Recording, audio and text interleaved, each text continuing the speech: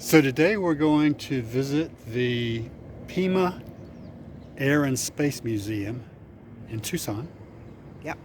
Hopefully we'll be able to take the tram tour, trolley tour, whatever they call it, over to the world's largest aircraft boneyard. Yes, we drove by that the other day and it was massive. Yeah, that's mainly why we're going.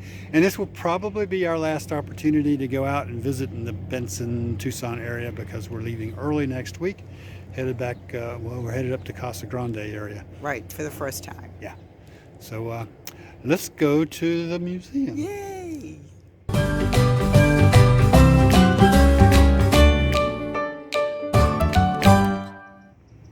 I'm Ray. I'm Kathy. Today we are at the Pima Space and Air Museum. Air and Space. Yeah, Air and Space Museum. And if you're new to our channel, how about go ahead and subscribe real quick, smash that little thumbs up button, and hit that notification bell so you'll be notified of any upcoming videos. But today we're going in to tour the museum. Hopefully we can take a few pictures, maybe some videos while we're inside. We're also taking a tour of the boneyard, the aircraft boneyard, which is the largest aircraft boneyard in the world. And we'll be taking you along on that. Yes. So stay tuned. Alrighty. So this is the entrance to the Air and Space Museum. And kind of as be expected, as soon as you walk in is the Wright brothers replica. I'm sure that's a replica and not the original, because I'm sure the original was in Kitty Hawk. This place is massive. Jet engine.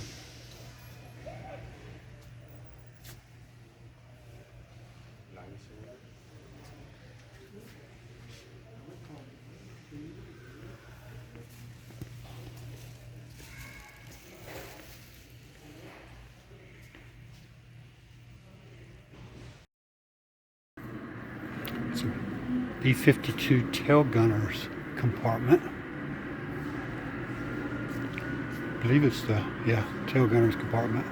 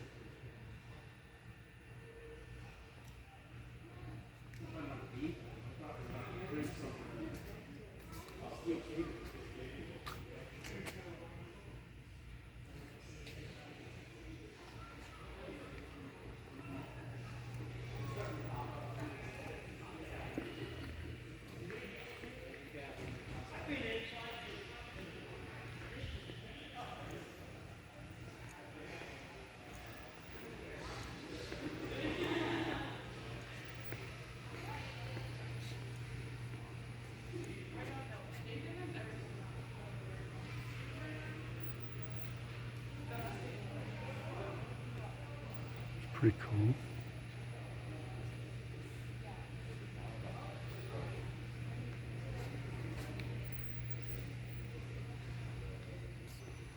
Microjet.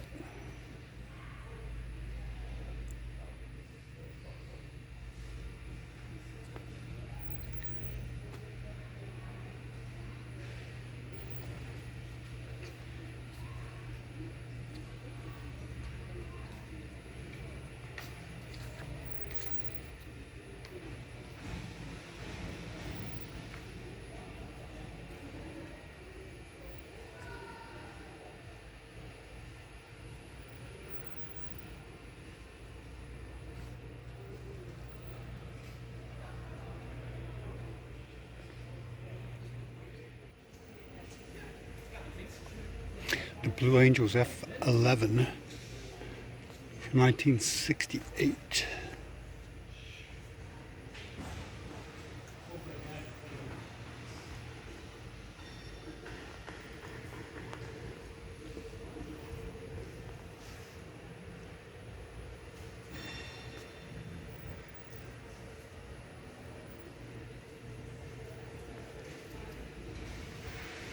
What if this is Thunderbirds?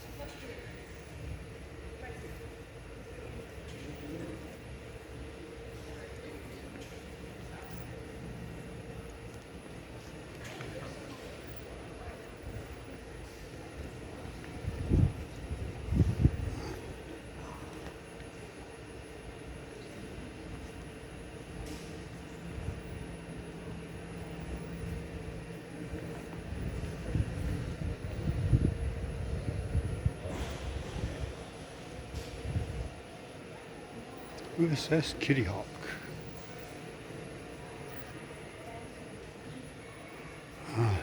Boeing 720 cockpit simulator. What if we can get in there? Ooh, it's got steps.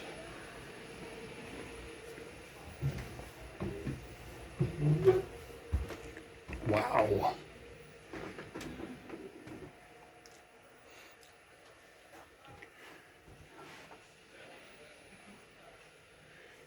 That's a lot of buttons and dials and switches.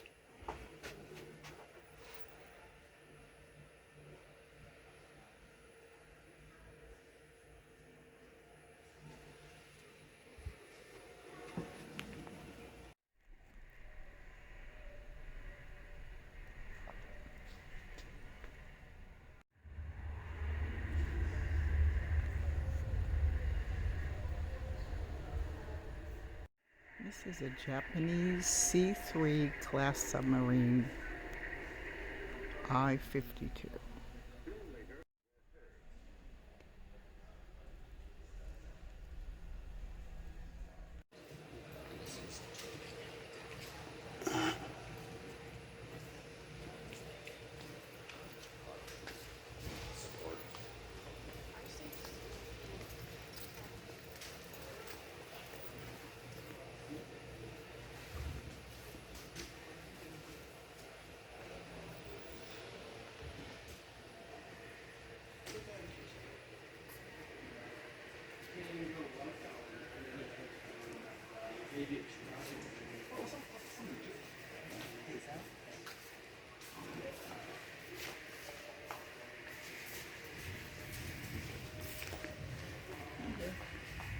Yep.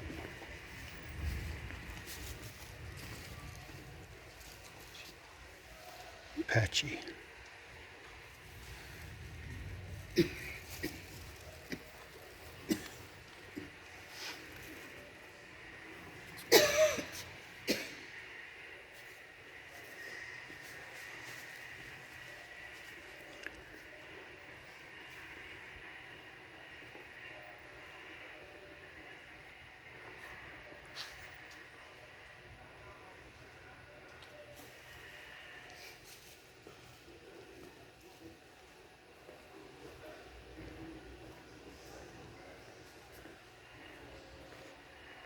There's the helicopter flight simulator.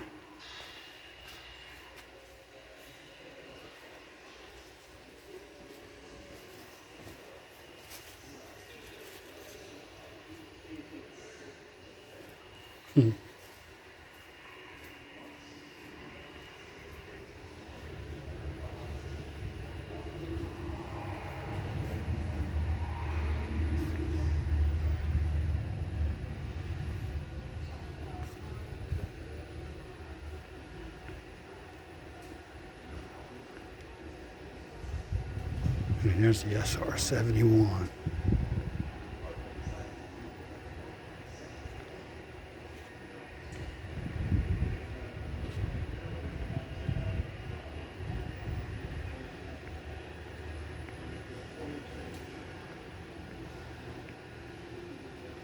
Thing's massive.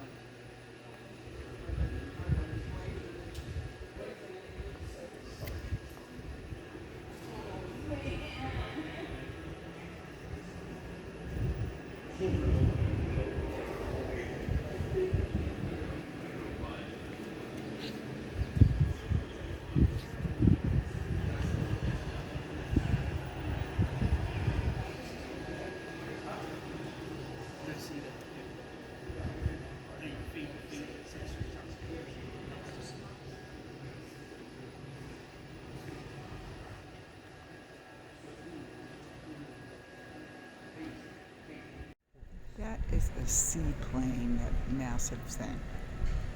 God.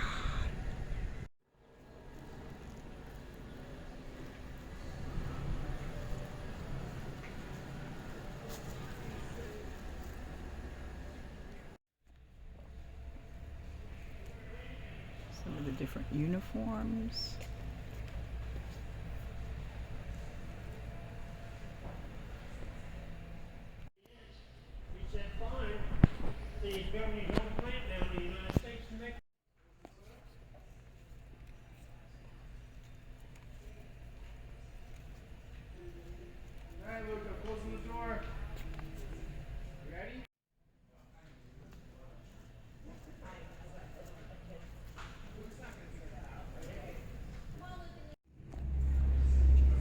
Stewardess uniforms.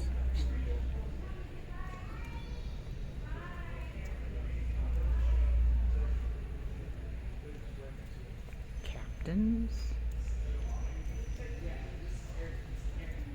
Maneuverability of the dogfight era and emphasize long-range missiles for air-to-air combat.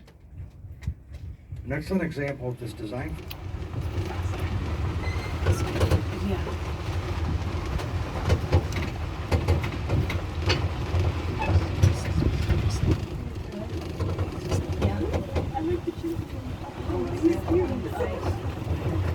As we turn the corner, if you look to our right here, the silver aircraft with the red lightning bolt on its side. It's one of the U.S.'s first jet fighters to go into production. It's the P-80 Shooting Star. All major powers on both sides of World War II worked to develop jet-powered combat aircraft. Later loaned to our museum here. Look at that.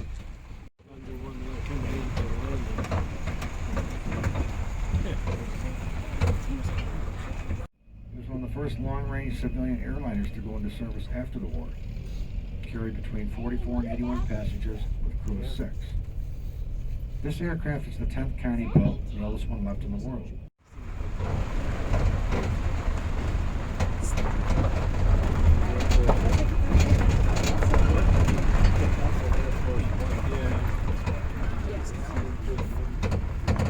If you look to our right here, you can see 2 current commercial airliners that are still in production today.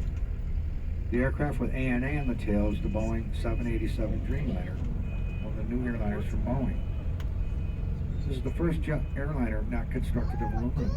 Instead is nearly 80% carbon fiber composites.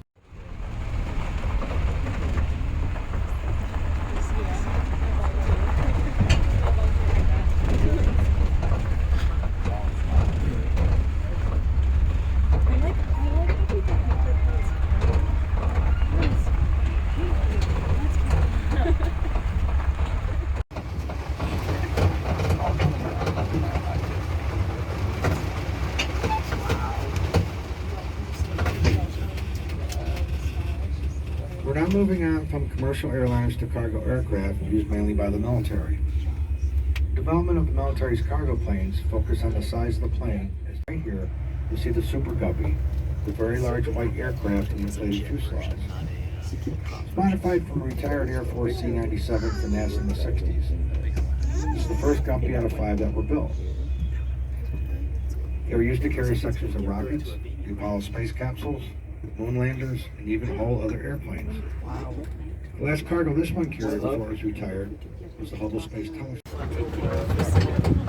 was incredible. It was incredible.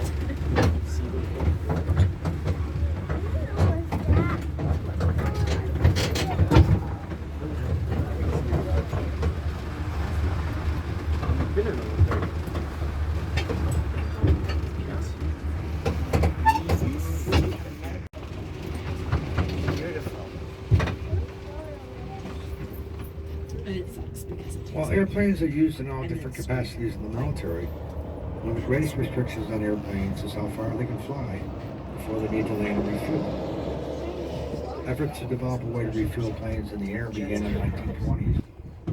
However, it wasn't until the 50s that a practical system of aerial refueling. While being able to refuel in the air is important, the military also needed a way to detect approaching aircraft. Since World War II, the primary method of detecting approaching aircraft has been radar. Because radar only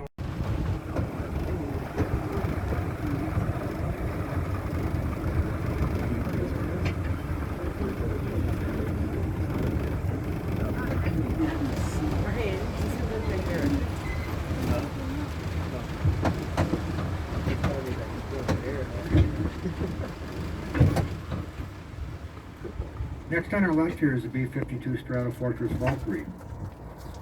It's a later version of the plane that was introduced in 1959 and served until 1994. This aircraft served in the 1991. Oh, that's They got a stress. platform where you can walk up the steps. Oh, yeah. It's sleek.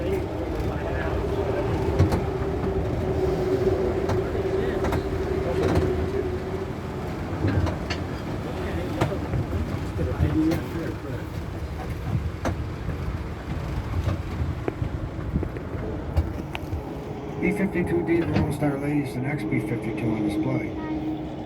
This version began flying in 1956. It was the main version of the aircraft used in the Vietnam War.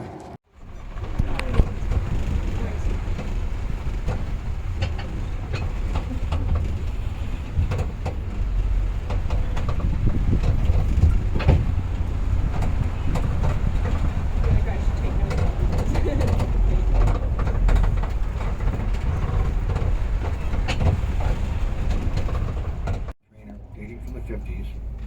And the latest and last on rope is a Mig-29 Interceptor that was introduced in the late 80s.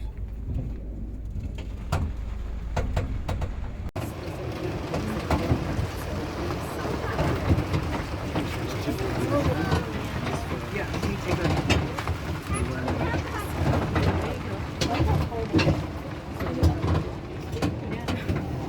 On the left side of the tram is most of our collection of helicopters. Initially developed in the 30s, helicopters are designed to take off and land vertically, thus eliminating the need for large open areas. They found extensive use in the military carrying troops, cargo, and desiring gunships. Civilian operators will also find them viable for many different jobs, including law enforcement, search and rescue, air ambulances, firefighting, and cargo shipping.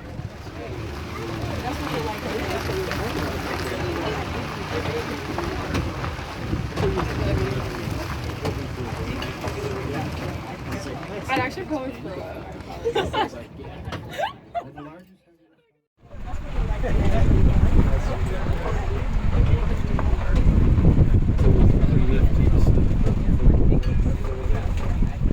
I'd actually probably throw it.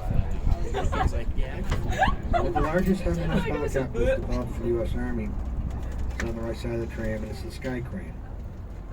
In the 1960s, the Army was looking for a heavy-lift helicopter capable of carrying large objects, such as artillery pieces, small vehicles, and large amounts of other cargo. This helicopter is capable of carrying 27,000 pounds.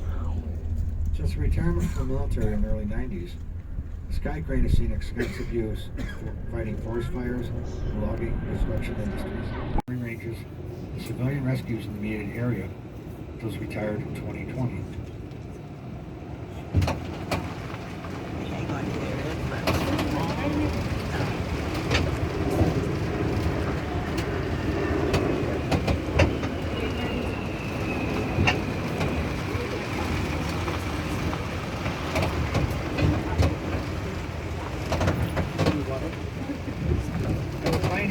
Is kind of unusual, unique.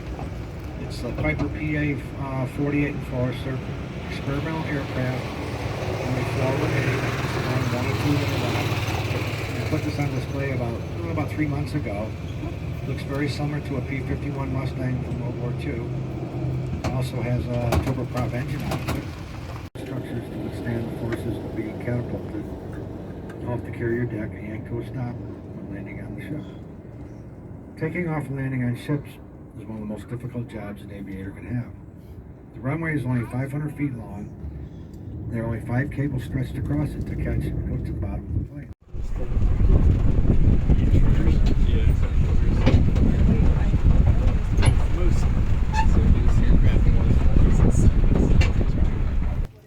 This prowler has a unique history. In the late 90s, the Marines needed more prowlers.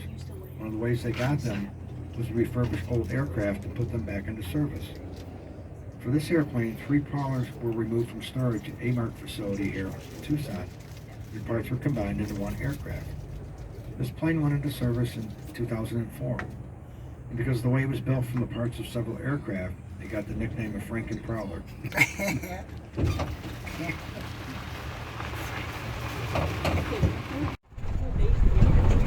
No, it's a yellow. It's yellow. They're the same.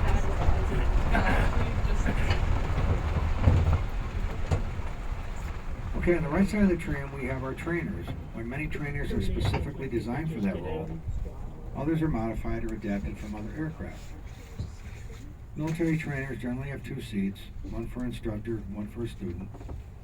Prospective pilots are first instructed in the basics of the science of flight.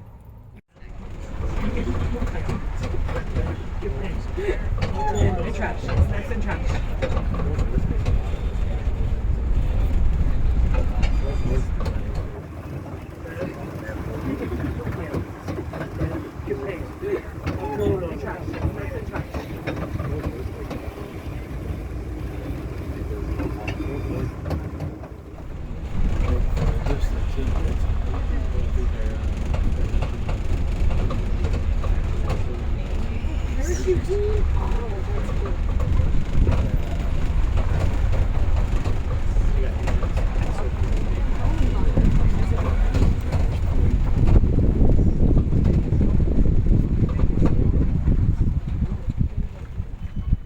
Okay, on the right side of the tram you'll see our museum's collection of Air Force VIP transport aircraft. These aircraft are used to provide transportation to high-ranking military officers and government officials. The next 2 planes up here on the right are the designation of Air Force One.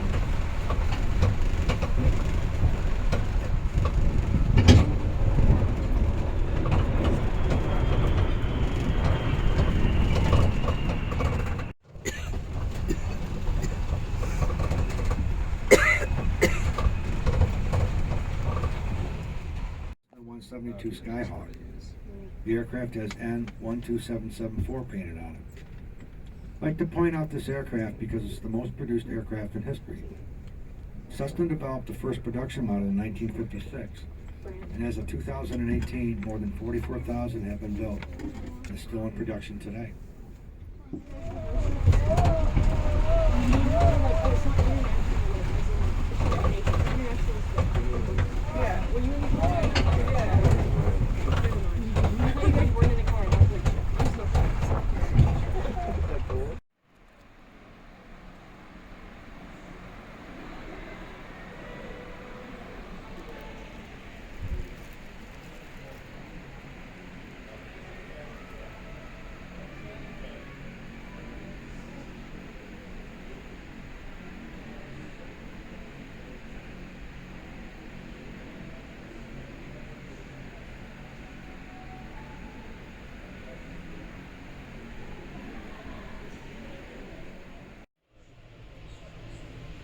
We're upstairs in the museum overlooking some of the planes.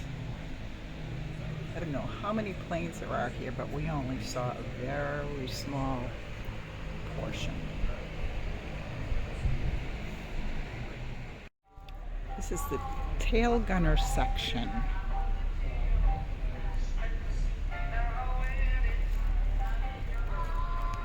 And this is how they had to sit. Doesn't look all that comfortable. And this is in the snack